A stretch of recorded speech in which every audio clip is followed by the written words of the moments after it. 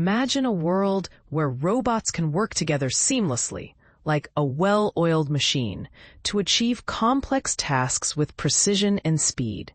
This is no longer the realm of science fiction, but a reality that is being made possible by advancements in automation and artificial intelligence. The concept of robots with a collective brain is revolutionizing the way we think about collaboration and shared intelligence. But here's where it gets really interesting. What if these robots could not only work together, but also learn from each other and adapt to new situations in real time? This is exactly what a team of researchers has achieved with an open-source framework based on ROS2, which enables multiple robots to work together intelligently, flexibly, and safely.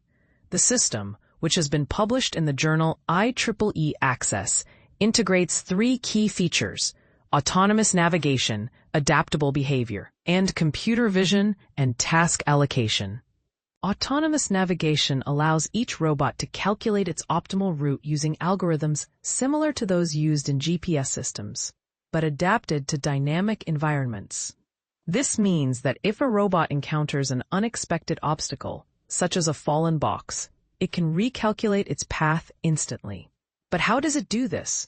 The answer lies in the use of virtual worlds, where robots can train and learn before being deployed in the real world. Tools like Gazebo allow robots to practice and refine their navigation skills in a simulated environment, reducing the risk of errors and collisions. And this is the part most people miss. The system also uses behavior trees, a kind of dynamic instruction manual that allows robots to adapt to changing situations. For example, if a robot gets stuck, it can try to turn, then reverse. And if the problem persists, it can request help from the central system. This approach not only prevents collisions, but also allows the system to scale up or down, depending on the needs of the environment. But what about computer vision and task allocation? This is where the system really gets clever: the eyes and brain. Of the collaborative system use a combination of Aruco markers, small printed symbols that act as reference points, and distributed cameras to detect these markers and calculate each robot's exact position with an error margin of less than 3 centimeters. It's like the robots have a constantly updated internal map, allowing them to navigate and interact with their environment with precision. And when it comes to task allocation, the system prioritizes the closest available robot, like a delivery person choosing the shortest route. If one robot fails, another can automatically take its place, ensuring that tasks are never interrupted. But here's the controversy.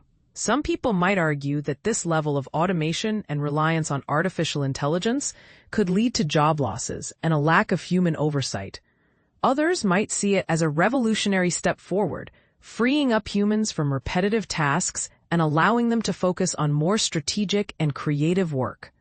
So, what do you think? Should we be embracing this technology and its potential to transform industries? Or do we need to be more cautious and consider the potential risks and downsides? The researchers behind this project have certainly done their due diligence, simulating complex scenarios in industrial warehouses, restaurants, and laboratories to test the system's robustness and scalability.